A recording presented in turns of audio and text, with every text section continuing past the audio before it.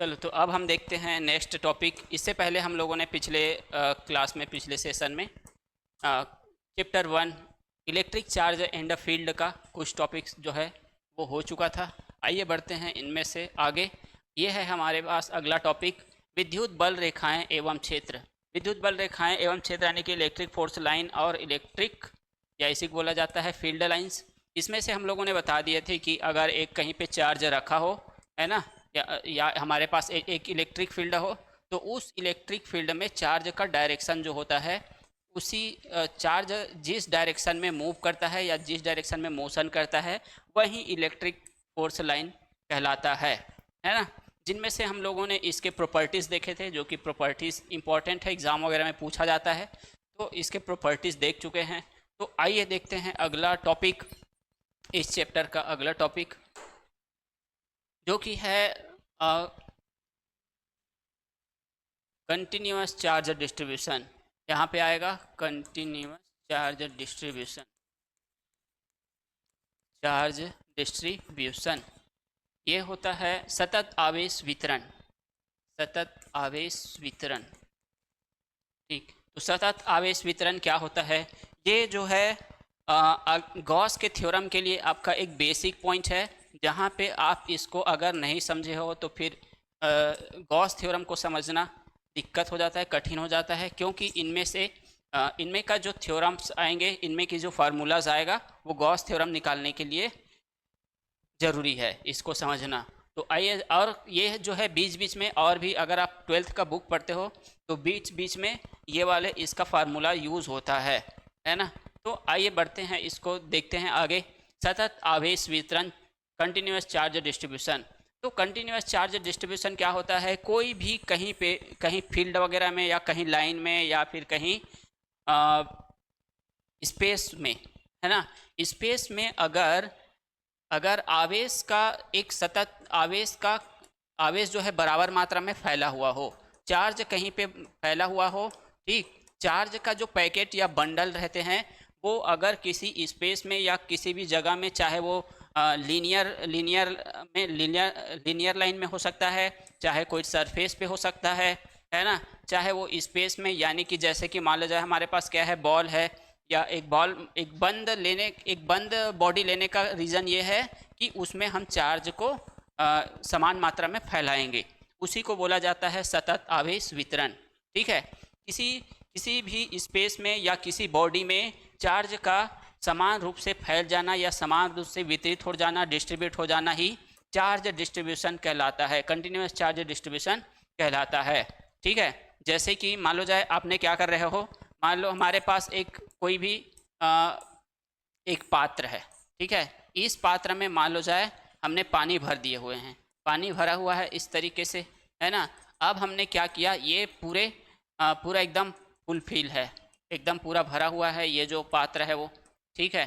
अब इसमें हमने क्या कर दिया, इसमें हमने मान लो कोई कलर डाल दिए, ठीक है, कोई भी इसमें कलर डाल दिए, तो कलर जो है क्या हो जाएगा, एकदम बराबर मात्रा में सब तरफ क्या हो जाएगा, फैल जाएगा, घुल जाएगा, है ना। तो वहाँ पे क्या हो गया, उस कलर का या उस रंग का डिस्ट्रीब्यूशन हो गया, मतलब समान सभी जगह पर क्या हो गया, समान रूप से फैल गया, डिस्ट्रीब्यूट हो गया। इसी को बोला जाता है, इसी प्रकार से होता है चार्ज का डिस्ट्रीब्यूशन, ठीक है। चार्ज को अगर हम कोई भी एक पात्र में डालते हैं, कोई पात्र में रखा जाता है, ठीक, तो वहाँ पे वो सतत समान रूप से जब फैल जाता है, इसी को बोला जाता है कंटिन्यूअस चार्ज डिस्ट्रीब्यूशन, है ना। अब कंटिन्यूअस चार्ज डिस्ट्रीब्यूशन, हमारे पास अलग अलग टाइप की चीज़ें होती है, तो उसके आधार पे चार्ज डिस्ट्रीब्यूशन को 3 प्रकार से बांटा गया है, ठीक है। चार्ज डिस्ट्रीब्यूशन को 3 प्रकार से बांटा गया है, समझ गए ना, लिख लोगे। चार्ज डिस्ट्रीब्यूशन क्या है, कुछ नहीं, ये वैसे एग्ज़ाम में आता तो नहीं है, लेकिन इसके कॉन्सेप्ट को समझना बेहद ज़रूरी है, क्योंकि इसमें जो फार्मूला वगैरह होता है वो बीच बीच में अभी यूज़ होगा, और ज़्यादातर ये गॉस थ्योरम में यूज़ होता है, और गॉस थ्योरम बहुत ही इंपॉर्टेंट टॉपिक है, उनमें से अक्सर आपके एग्ज़ाम में आता है या पूछा जाता है। तो आइए देखते हैं इसमें लीनियर चार्ज डिस्ट्रीब्यूशन, इसी को बोला जाता है रैखिक आवेश वितरण, ठीक है, रैखिक आवेश वितरण। सीधी सी बात है, यहाँ पे क्या हो रहा था, चार्ज डिस्ट्रीब्यूशन हो रहा था, तो एक कोई भी स्पेस में हो रहा था, तो उनमें से क्या हो जाएगा, जब किसी लाइन पर या जब किसी रेखा पर चार्ज जो है वो समान रूप से फैलेगा, है ना। ऐसे हमारे पास मान लो, ये उदाहरण देख सकते हो, मान लो हमारे पास एक वायर है, ये वायर है, ठीक है, वायर है। इस वायर में मान लेते हैं कि हमने क्या किया, चार्ज को इसमें क्या है, कंडक्टर है ना, वायर एक क्या है, कंडक्टर है। तो इस कंडक्टर में हमने क्या किया, चार्ज दिया इसको, तो चार्ज दिया तो ये क्या हो जाएगा, चार्ज यहाँ पे आ गया, ऐसे इस तरीके से पूरे लाइन में फैल गया। वायर क्या है, लाइन ही तो है एक, है ना, सीधी रेखा ही तो है। तो जब जब किसी भी वायर में या किसी भी एक सीधी रेखा में चार्ज जब जो है समान मात्रा से पूरा फैल जाता है, उसी को बोला जाता है रैखिक आवेश वितरण या लीनियर चार्ज डिस्ट्रीब्यूशन। ये हो गया, हमने यहाँ से इसको आवेश दिया, कोई छड़ी लेके आए, जैसे देखते थे ना कि चार्ज करते थे कोई बॉडी को, तो उस बॉडी से हम इस बॉडी पे या इस रेखा पर एक सीधी लाइन पे हम चार्ज को दे रहे हैं, तो यहाँ पे जितने भी आवेश है वो समान रूप से फैल जाएगा, ऐसे इस तरीके से। इसी को बोला जाता है रैखिक आवेश वितरण या लीनियर चार्ज डिस्ट्रीब्यूशन, ठीक है।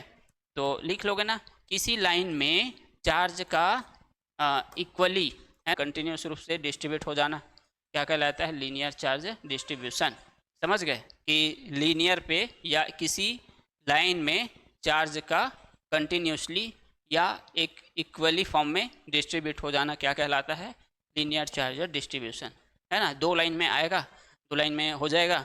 अब क्या होगा देखना, मान लो जाए हमारे पास ना एक 5 मीटर का कोई वायर है, समझ जाओ 5 मीटर का एक वायर है, ठीक है, 5 मीटर का वायर है। अब इस वायर में 100 कूलम चार्ज है ना, हमने मापा जब, ठीक, हमने मापा तो 100 कूलम का चार्ज है। इस लाइन में कितने मीटर का वायर है, 5 मीटर का वायर है, ठीक है, 5 मीटर का, इसको नाम दे देते हैं 5 मीटर का ए बी एक वायर है, जिसमें 100 कूलम का क्या है, चार्ज डिस्ट्रीब्यूट है, ठीक है। अब बताओ कि ये अगर 5 मीटर का है तो हर एक मीटर में कितना हो जाएगा, 20-20, बढ़िया, यानी कि हर एक मीटर में कितना रहेगा, 20-20, है ना, 20-20 कूलम का रहेगा। चलो, तो ये क्या है, ये ना एक पूरे लाइन में, तो अभी बता रहे हैं, मतलब कॉन्सेप्ट बताना चाह रहा हूँ, देखना। ये हमारे पास 100 मीटर का, सॉरी, एक वायर है 5 मीटर का, इस वायर में 100 कूलम का क्या है, चार्ज है ना। पूरा हमने मापा, मेजर किया कि इस वायर में कितने कूलम का चार्ज है, तो कितने कूलम का है, 100 कूलम का चार्ज है। तो पर मीटर पे कितना आएगा, तो पर मीटर में यहाँ पे हो जाएगा 100 डिवाइडेड बाय 5, ठीक है, तो ये हो जाएगा 20 टाइम जाएगा, है ना। हर एक मीटर पे कितना रहेगा, 20-20 कूलम का रहेगा, ठीक है। इसी को बोला जाता है डेंसिटी, लीनियर चार्ज डेंसिटी।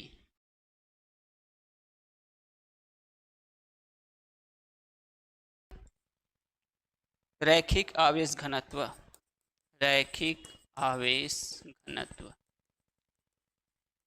तो लीनियर चार्ज डिस्ट्रीब्यूशन क्या होता है, अगर पूछेगा तो किसी भी वायर के पर क्वांटिटी में डिस्ट्रीब्यूट चार्ज को या उपस्थित चार्ज को क्या बोला जाता है, linear charge density. Per unit पे रहेगा, सीधी सी बात है, हम जानते हैं ना कि डेंसिटी क्या होता है, पर यूनिट पे कोई भी वस्तु अगर रहता है तो उसको बोलते हैं उसकी डेंसिटी, है ना। जैसे अगर हम बोलते हैं कि हमारे पास क्या हो, अगर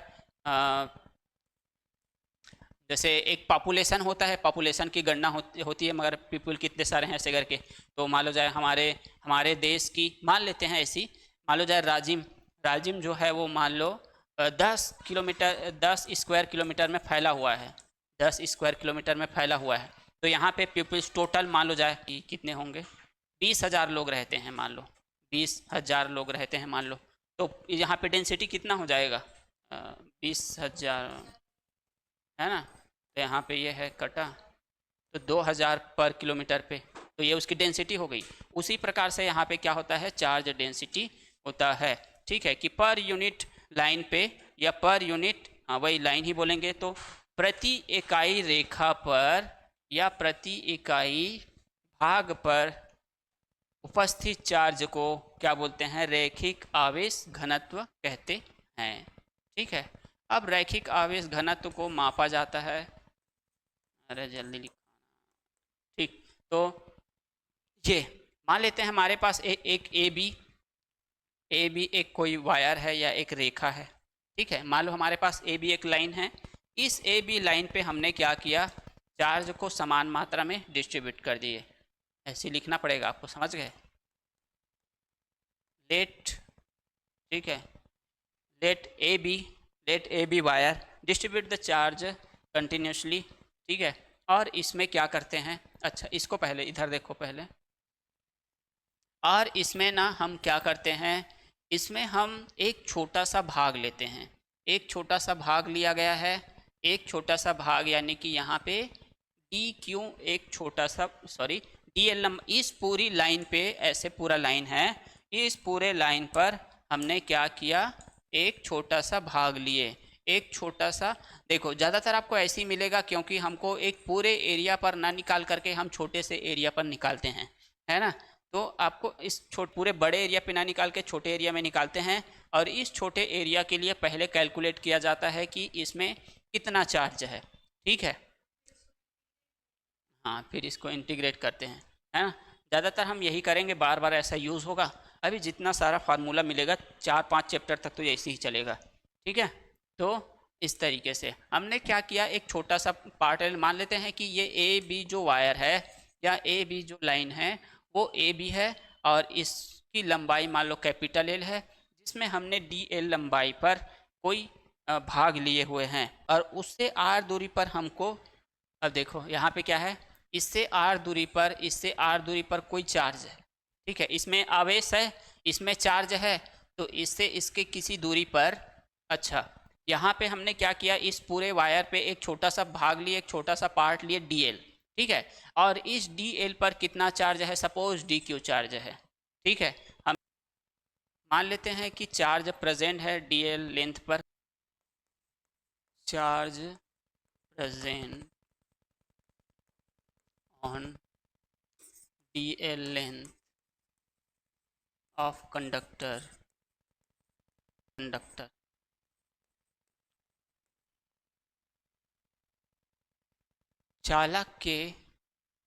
चालक में कंडक्टर ना इस डी क्यू, ठीक, किसी चालक के डी एल लंबाई पर डी क्यू आवेश उपस्थित है, ठीक है। डी क्यू आवेश उपस्थित है, यहाँ पे देख लो, ए लो देख लो, ये हमारे पास क्या है, ए बी चालक है, कोई कंडक्टर है, इस कंडक्टर में हमने क्या किया, डी एल कोई छोटा सा भाग लिए, डी एल कोई छोटा सा भाग लिए, इस भाग पर क्या है, डी क्यू चार्ज है, इस भाग पर डी क्यू चार्ज है ना। अब क्या करते हैं, इससे कुछ दूरी पर मान लेते हैं आर दूरी पर, तो ये आर दूरी पर है, ठीक है। आर दूरी पर हमने कोई आवेश लिया, ठीक है, कोई चार्ज लिए आर दूरी पर, जो क्या करेगा, कोई एक्सपीरियंस करेगा ना, ठीक है। तो ये एक्सपीरियंस करेगा, तो इसके कारण ये जो कंडक्टर है, इस कंडक्टर के कारण हम इस जगह पे, इस पॉइंट पर जहाँ पे डी क्यू आवेश है, उसके ऊपर कितना ये चार्ज लगाएगा या इंटेंसिटी लगाएगा, ठीक है, उसी देखना है, इंटेंसिटी ऑफ इलेक्ट्रिक फील्ड। तो यहाँ पे सबसे पहले देखना, तो पहले देखो चार्ज डेंसिटी, ठीक है, charge density,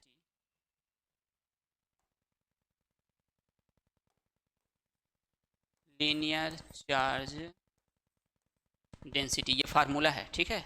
linear charge density यानी कि रैखिक आवेश घनत्व बराबर होता है, अभी अभी बताया ना, क्या बताए थे, 100/20 करे थे ना, 100 क्या था, कोई गुलाम था, है ना, सॉरी। तो उस वायर पे कितना कूलम का चार्ज था, टोटल 100, है ना। और वो जो वायर था कितनी मीटर की थी, 5 मीटर की, है ना। तो यहाँ पे ये क्या हो रहा है, ऊपर में क्या रख रहे हैं, चार्ज रख रहे हैं, ठीक है, आवेश, चार्ज, और नीचे में हम रखेंगे क्या, लेंथ, है ना, लेंथ, लंबाई, ठीक। तो डेंसिटी बराबर क्या होता है, चार्ज अपॉन लेंथ, ठीक है। अर्थात इसी को बोलते हैं घनत्व। तो कौन सा घनत्व है भाई, रैखिक आवेश घनत्व, ठीक है। ऐसे बीच बीच में पूछूंगा, अभी देखना ना, बहुत बार यूज़ होगा, आगे आप इसको, ऐसी स्थिति रहेगा कि भूल जाए रहोगे, तो पूछूंगा कि पहले चैप्टर में पढ़े थे आप, तो बताइएगा आप ना। तो रैखिक आवेश घनत्व इज इक्वल होता है क्या, आवेश बटे में लंबाई। ठीक है, तो ये लंबाई। ठीक, तो आवेश को हम मेज़र करते हैं किससे, कूलम से, और लेंथ को मेज़र करते हैं हम किससे, मीटर से। ठीक है, तो रैखिक आवेश घनत्व का जो इकाई होता है, यूनिट होता है, रैखिक आवेश घनत्व का इकाई यूनिट होता है क्या, कूलम पर मीटर। ठीक है, कूलम पर मीटर। और हम लीनियर चार्ज डेंसिटी को हम प्रेजेंट करते हैं, इसको लीनियर चार्ज डेंसिटी यहाँ पे थोड़ा लिख दिए रहता हूँ, linear charge density.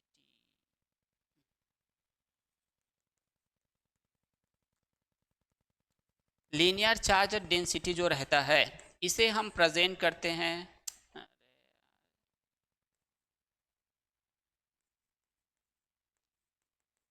Linear charge density को प्रेजेंट करते हैं हम लोग लेमडा से। ठीक है, ये लेमडा इस तरीके से होता है, लेमडा। ठीक है, लेमडा। तो लीनियर चार्ज डेंसिटी को प्रेजेंट किया जाता है। तो यहाँ पे फाइनली देखो, लेमडा इज इक्वल होता है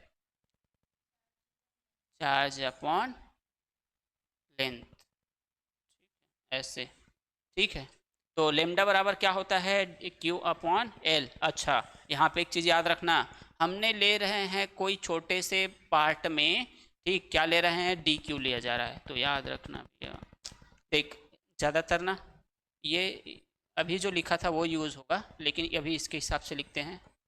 तो लेमडा बराबर क्या हो जाएगा, D Q upon D L. हमने कंडक्टर के एक छोटे से भाग डी एल पर डी क्यू आवेश लिए, जहाँ पे हम लिख देना एक बार कूलम पर मीटर। समझ गए क्या। ठीक है, तो ये है। अब इसके लिए हम लोग निकालेंगे व्यंजक की linear charge density lambda is equal क्या होता है, D Q upon D T. समझ गए। और सॉरी, डी टी कहाँ से आ गया, डी एल है ना, यहीं पे हो जाएगा वैल्यू, ये वाला इधर चला जाएगा, तो क्या हो जाएगा, D Q is equal lambda D L. ठीक है, ये हो जाएगा। अब हम यहाँ पे क्या करते हैं, कूलम के रूल से, तो यहाँ पे हम लोगों ने देखे रैखिक आवेश घनत्व बराबर होता है आवेश बटे लंबाई, जहाँ पे हम क्या करते हैं, रैखिक आवेश घनत्व को प्रेजेंट किया जाता है लेमडा से। लेमडा इसको डिनोट किया जाता है, और यहाँ पे हो जाता है, जैसे कि यहाँ पे देख रहे हो, आवेश बटे लंबाई। तो आवेश को हम यहाँ पे ले रहे हैं छोटा सा भाग में, छोटे से भाग डी एल पे हम ले रहे हैं डी क्यू, तो डी क्यू अपॉन हो जाएगा डी एल। तो लेमडा इज इक्वल हो जाएगा, lambda is equal D Q upon D L, है ना। अब हम इसके लिए फार्मूला निकालेंगे कि किसी भी एक लीनियर पे, एक लीनियर अभी अभी आपने डायग्राम देखे जब,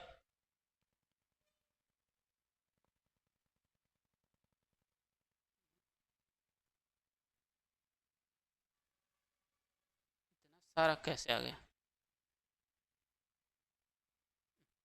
अभी अभी आपने ये डायग्राम जो देख रहे हो यहाँ, ये वाला, तो इस डायग्राम के लिए हम लोग निकालेंगे यहाँ पे लीनियर चार्ज डेंसिटी, यानी कि यहाँ पे कितना चार्ज या फोर्स लग रहा होगा एक लीनियर के थ्रू। ठीक है, एक लंबाई के थ्रू उस आवेश पे, यानी कि यहाँ पे जो ये ऐसा डायग्राम है, हमने एक लेंथ लिया है ए बी, लंबाई के एक कंडक्टर है, इस कंडक्टर में हम लेते हैं कोई एक छोटा सा भाग डी क्यू, और इस पे सपोज करते हैं कि इसमें अच्छा चार्ज ऐसे दर्शा देना, बहुत ही नेसेसरी है, बहुत ही ज़रूरी है इसमें चार्ज डिस्ट्रीब्यूट करना। ठीक है, अब यहाँ पे क्या करते हैं, इससे कुछ दूरी पर, इससे आर दूरी पर एक क्यू नॉट चार्ज है जो कि एक्सपीरियंस करेगा। ठीक है, इससे आर दूरी पर रखा हुआ है, D Q upon D L, ये हो गया। हम डी एल को इधर लेके आ जाएंगे, तो डी क्यू बराबर हो जाएगा लेमडा डी एल। ठीक है, लेमडा डी एल। अब आपके पास होता है यहाँ कूलम के रूल से, है ना, कूलम के रूल से क्या, एक कोई आवेश जो रहते हैं दूसरे पर क्या लगाता है, कोई चार्ज लगाता है या इसे फील करेगा, तो भाई कूलम के रूल से यहाँ पे लगेगा। ठीक है, कूलम के रूल से, फ्रॉम कूलम्स लॉ,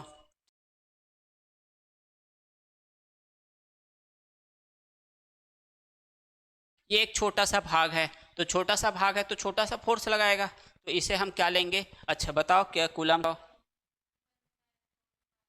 इसको कौन बोलेगा, एफ को।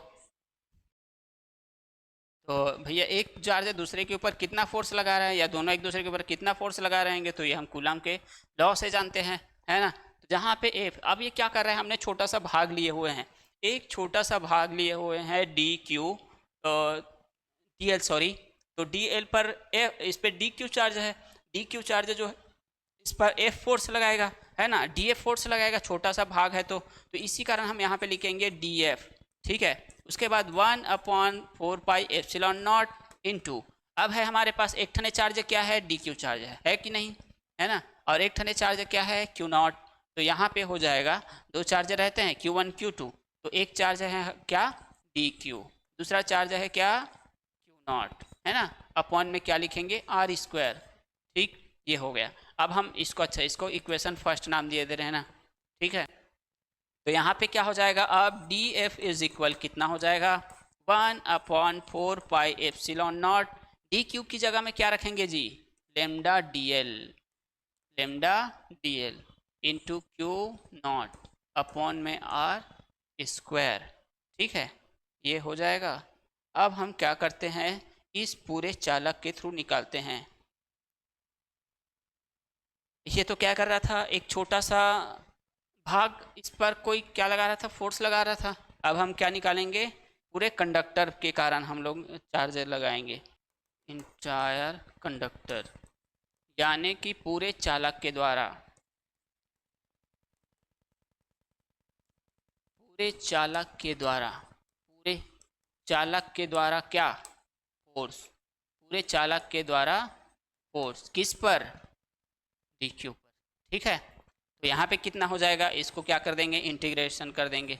तो डी एफ बराबर क्या हो जाएगा, 1/4πε0 इंटू, देखो क्या क्या इसमें चेंज हो रहा है, बताओ क्या इसमें लंबाई चेंज हो रहा है क्या, देखो डी क्यू चेंज हो रहा है क्या, उतना ही है, ठीक है, मतलब यहाँ पे पर यूनिट पे डी क्यू ही रहेगा, ठीक है, डी क्यू ही रहेगा, दूरी भी चेंज नहीं हो रहा है, इसकी दूरी भी चेंज नहीं हो रहा है, लेकिन यहाँ पे लंबाई चेंज होगा। छोटा सा भाग लिए है ना, उसके बाद और छोटा सा भाग, और छोटा सा भाग, और छोटा सा भाग, तो यानी कि छोटा छोटा करके हम पूरा ए बी ले लेंगे, पूरा ए बी कंडक्टर ले लिया जाएगा।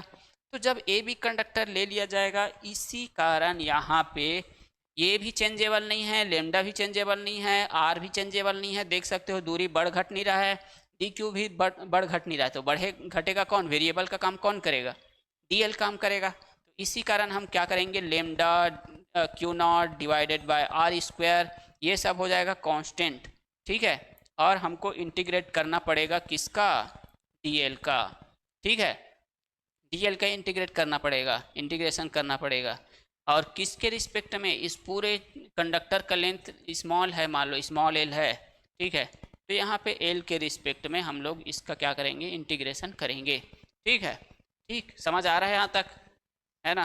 तो देखो अब ये हो जाएगा, पूरे कंडक्टर के कारण, पूरे conductor force due to entire conductor on Q charge, यहाँ पे काउंट कर रहे हैं, तो यहाँ पे हो जाएगा डी एफ को क्या लिखेंगे, कैपिटल एफ लिखेंगे, यहाँ पे हो जाएगा 1/4πε0 into lambda Q not divided by R square.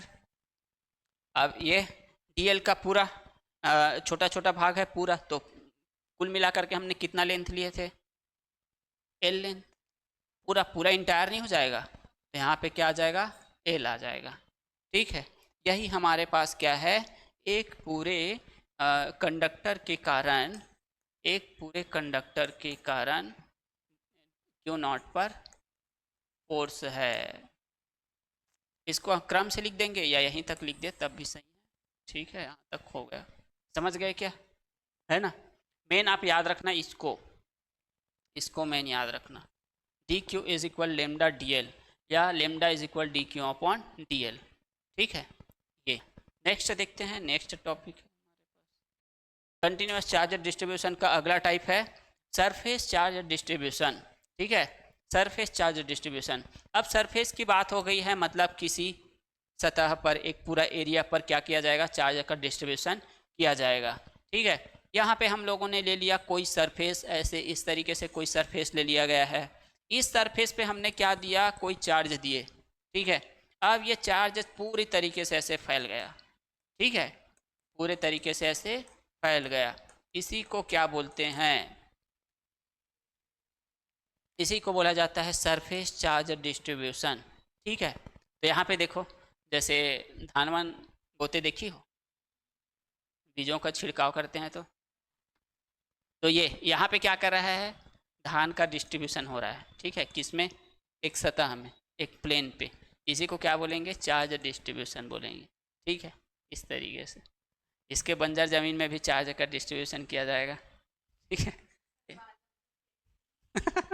बालों की खेती करा जाएगा, ठीक है। चलो देखते हैं इसको क्यों लगाए, मैं बाद में बताता हूँ। एक तो यही हो गया, इसके बंजर ज़मीन में बालों की खेती करा जाएगा, चार्ज समान रूप से वितरित होगा, है ना। तो चलो फाइनली देखते हैं चार्ज डिस्ट्रीब्यूशन या पृष्ठ आवेश वितरण क्या है। तो पृष्ठ आवेश वितरण किसी भी समतल सतह पर या किसी भी एक क्षेत्र पर जब चार्ज को समान रूप से वितरित किया जाता है ना, चार्ज को समान रूप से वितरित किया जाएगा तो इसे हम बोलते हैं सरफेस चार्ज डिस्ट्रीब्यूशन, है ना। तो जैसे कि मान लो जाए यहाँ पे देख रहे हो ये सतह एक प्लेन सतह है, एक प्लेन हमारे पास कोई एरिया है, उस एरिया में या फिर खेत में, है ना, फार्मिंग जब करा जाएगा तो यहाँ पे क्या करते हैं, बीजों का छिड़काव करते हैं, ठीक है। अगर गेहूँ बो रहे हैं तो गेहूँ, धान बो रहे हैं तो धान, है ना। तो बीजों का छिड़काव किया जाता है, छिड़काव किया जा रहा है मतलब यहाँ पे सब जगह फैलाया जा रहा है, इस एरिया पर, इस सरफेस पर सब जगह में ये किसान जो है वो बीजों का छिड़काव कर रहा है, तो यहाँ पे समान रूप से वितरित हो रहा है। इसी को बोला जाता है सरफेस चार्ज डिस्ट्रीब्यूशन, समझ गए, ठीक है। यहाँ पे जैसे कि हम पिछले वाले में देखे, पिछले वाले में क्या देखे, चलो बताओ, पिछले वाले में देखे रैखिक आवेश वितरण देखे। इसी प्रकार से यहाँ पे क्या होता है, मतलब रैखिक आवेश वितरण, रैखिक आवेश वितरण में ही हम पढ़ते हैं क्या, पृष्ठ आवेश घनत्व। वहाँ पे क्या पढ़े थे, रैखिक आवेश घनत्व यानी कि लीनियर चार्ज डेंसिटी। यहाँ पे होता है surface charge density, surface charge density. अब सरफेस चार्ज डेंसिटी क्या होता है, जिस तरीके से लीनियर चार्ज डेंसिटी होता है उसी प्रकार से सरफेस चार्ज डेंसिटी भी होता है। तो किसी भी एरिया में पर यूनिट पर डिस्ट्रीब्यूट चार्ज को, पर यूनिट एरिया पर, ठीक है, पर यूनिट एरिया पर डिस्ट्रीब्यूट चार्ज को बोला जाता है linear charge density, sorry surface charge density, ठीक है। पर यूनिट एरिया पर, एरिया हो रहा है वो क्या था, लाइन था, है ना, पर यूनिट लाइन पर डिस्ट्रीब्यूट था, ये जो है एरिया पर है, पर यूनिट एरिया पर। जैसे ऐसे कर दिया हमने, मान लो तो यहाँ पे 1 2 3 4 5 6 7 8 9 9 यूनिट है, मान लो 9 यूनिट है ना। अब इसमें समान रूप से पर यूनिट पे जितनी, एक यूनिट पे जितना है उतने सब यूनिट पे रहेंगे, इसी को बोलते हैं क्या, पर यूनिट सरफेस पर या पर यूनिट एरिया पर चार्ज, उस पूरे को बोला जाता है सरफेस चार्ज डेंसिटी, ठीक है। पृष्ठ आवेश घनत्व बराबर, पृष्ठ आवेश घनत्व बराबर आवेश बटे में लेंथ का स्क्वायर। एरिया में क्या रहता है, लंबाई का स्क्वायर रहता है ना, तो ये हो जाएगा सरफेस चार्ज डेंसिटी, डेंसिटी है तो यहाँ पे हो जाएगा चार्ज अपॉन लेंथ का स्क्वायर, ठीक है।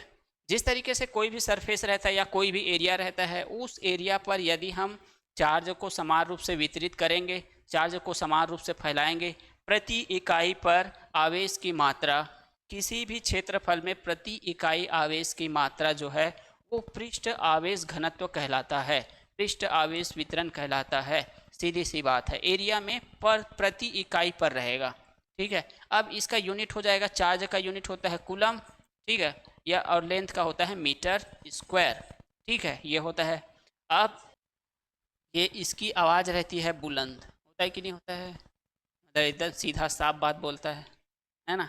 इसका जो हम फिल्मी में इसका जो किरदार देखेंगे तो एकदम साफ बात बोलता है, और क्या क्या डायलॉग डायलॉग है इसका, मुकम्मो खुश हुआ, एक ठने है साका वाला है। तो इसका आवाज़ ना एकदम दमदार है और इसके किरदार भी अच्छा आता है। तो जिन लोग अपने काम में परफेक्ट रहते हैं, है ना, या जो चीज़ों को समय पर कर लेते हैं, उसे बोलते हैं सिग्मा मेल या सिग्मा पर्सनालिटी बोलते हैं। चलता है ना ऐसे, कोई लड़की आ रहा है उधर से, तो लड़का अपने आप को जताना चाहता है कि मैं उसको देख नहीं रहा हूँ, मैं अपने ये में फोकस्ड हूँ, ऐसे करके। इसी कारण सिग्मा सिग्मा ले लिया है सब, है ना, और एकदम धुन चलते रहेगा, चलते रहता है। तो वो सिग्मा एक चल चुका है, इसीलिए होता होता कुछ नहीं, कोई सिग्मा इग्मा नहीं है, सब एक जगह पे आके पिघल जाते हैं। क्या हो गया, सिग्मा ना, जो अपने काम के प्रति परफेक्ट रहता है, ठीक है, अपना टाइमिंग वाइमिंग सब से ठीक ठाक रखता है वो, इसे एक सिग्मा 6 टाइप का रहता है ना, सिग्मा। ठीक, चार्ज यहाँ पे हम लेंगे छोटा सा एरिया में, छोटा सा एक छोटा सा एरिया ले लेंगे, जैसे यहाँ पे ब्लू कलर में दिख रहा है, ये हमारे पास देख रहे हो कि ये एक छोटा सा भाग है ना। एक हमने क्या लिया, एक बड़ा सा कोई एक सरफेस लिए, एक कोई एरिया लेते हैं, उस एरिया के पर एक छोटा सा भाग ले लेते हैं, एक छोटा सा भाग लेते हैं हम क्या, ds। ठीक है, एक छोटा सा भाग लेते हैं क्या, ds। जैसे यहाँ पे देख रहे हो कि एक बड़ा सा कोई खेत है, इस बड़े से खेत में हम कोई छोटा सा भाग ले लेंगे, इस छोटे से भाग को हम नाम देते हैं ds। ठीक है, जिस तरीके से हमने एक बड़ा सा वायर में छोटा सा जगह लिए थे dl, उसी प्रकार से यहाँ पे भी हम एक छोटा सा पार्ट लेते हैं ds, है ना। एक बड़े से एरिया पर कोई हम छोटा सा क्षेत्रफल ले लेते हैं, एक छोटा सा एरिया ले लेते हैं, उस एरिया को यहाँ पे हम नाम देते हैं ds। ठीक है, ds यानी कि सरफेस, है ना, d लगा हुआ यानी कि छोटा सा भाग। ठीक है, और इस छोटे से भाग पर हम इमेजिन करते हैं कि dq चार्ज है। ठीक है, एक किसी एरिया के एक छोटे से भाग ds में हम क्या इमेजिन करते हैं, dq चार्ज है। ठीक है, तो ये है, और इससे कुछ दूरी पर मान लेते हैं कि एक क्या है, dq चार्ज है, सॉरी q नॉट चार्ज है, जो क्या करेगा, उसके ऊपर फोर्स लगाएगा, दोनों एक दूसरे के ऊपर, है ना। ये जो छोटा सा एरिया का में चार्ज रहेंगे, वो क्यू नॉट वाले पर क्या लगाएगा, कुछ फोर्स लगाएगा। ठीक है, कुछ फोर्स लगाएगा, तो उसी के हम लोगों को कैलकुलेशन करना है। अब देख रहे हो यहाँ पे ये क्या है, कोई सरफेस है ना, सरफेस का एक क्या है, छोटा सा भाग है। तो यहाँ पे लिखेंगे, यहाँ पे लिखा हुआ है लेंथ स्क्वायर, या इसी को बोला जाता है एक एरिया, अरे सॉरी क्या, और एरिया का यूनिट ही आता है क्या, लेंथ स्क्वायर, सॉरी,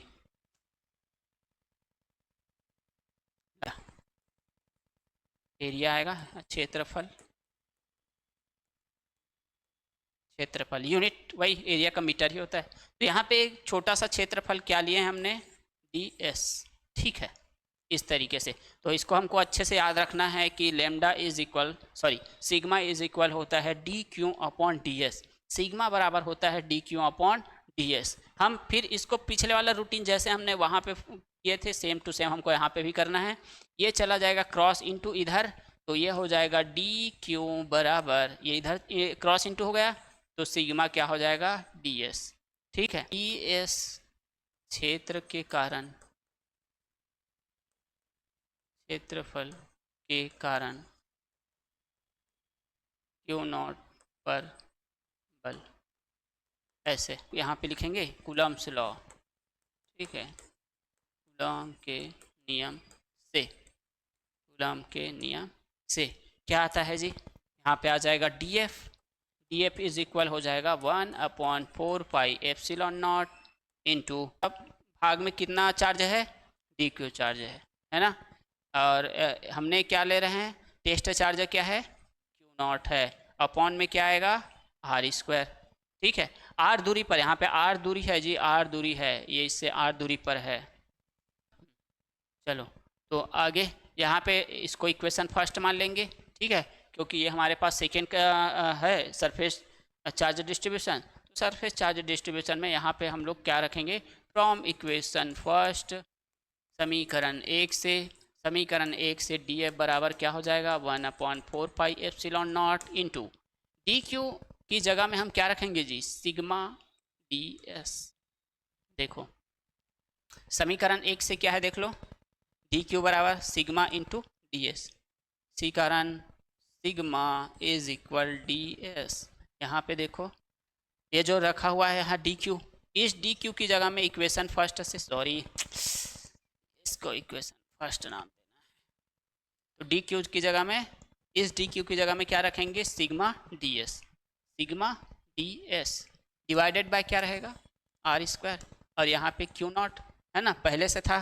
ठीक, करेंगे इंटायर सरफेस के कारण, इंटायर सरफेस के कारण, ठीक है, ये जो पूरा है, ये पूरा एरिया है, इस पूरे, पहले तो छोटे से भाग के कारण देख रहे थे, अब इस पूरे एरिया के कारण हम इसके ऊपर देखेंगे फोर्स। ठीक है, क्यू नॉट के ऊपर फोर्स लगाएंगे। ठीक, तो यहाँ पे इसी बोल रहे हैं कि entire force, entire conductor, due to entire conductor force, पूरे चालक के कारण बल, पूरे चालक के कारण बल, तो हम क्या करेंगे यहाँ पे इंटीग्रेशन, है ना। इंटीग्रेशन क्यों किया जाता है, क्योंकि वो क्या करता है, एक फोर्स जो है वो बढ़ेगा।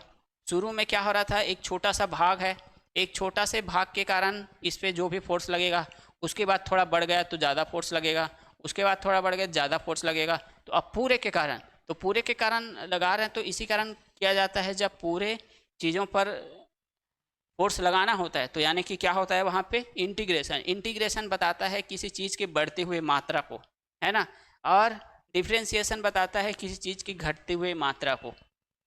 ठीक, integration 1/4 pi epsilon not into sigma Q not, इसको बाद में लिख देना, डी एस बटे में आर स्क्वायर। देखो सब में वेरिएबल एक ही ठने बस है डी एस, यानी कि यही बस बढ़ रहा है, तो हम उसी का इंटीग्रेशन करेंगे। तो जब डी एफ का इंटीग्रेशन किया जाएगा तो क्या हो जाएगा, कैपिटल एफ, है ना। यहाँ पे हम इसी बस का इंटीग्रेशन करेंगे, तो 1/4 pi epsilon not into sigma Q not upon में आर स्क्वायर और इंटीग्रेशन डी एस, एस के रिस्पेक्ट में पूरा सरफेस के कारण। ठीक, तो यहाँ पे लिखेंगे एफ बराबर 1/4 pi epsilon not into sigma Q not divided by R square into S. ठीक है, एस बता रहा है पूरा सरफेस, तो पूरा सरफेस के कारण फोर्स इतना लगेगा, समझ गए। ठीक है, पूरा सरफेस के कारण इतना फोर्स लगेगा। ठीक, न्यूटन लिखना चाहो तो लिख लो, नहीं तो यहाँ तक चलेगा। तो ये पता चल गया कि सरफेस के कारण क्या होता है, 1/4 pi epsilon not sigma Q not upon R square into S. समझ गए, यहाँ तक होता है आपके पास आवेश वितरण, पृष्ठ आवेश वितरण के कारण बल। ठीक, मेन आपका ये दोनों हैं, इसको याद रखो, चाहे इसको याद रखो, इसको याद रखोगे तब भी याद रह जाएगा। ठीक है, तो सरफेस चार्ज डिस्ट्रीब्यूशन को किससे डिनोट किया जाता है, सिग्मा से। अमरीश पुरी से याद रहेगा ना, सिग्मा मेल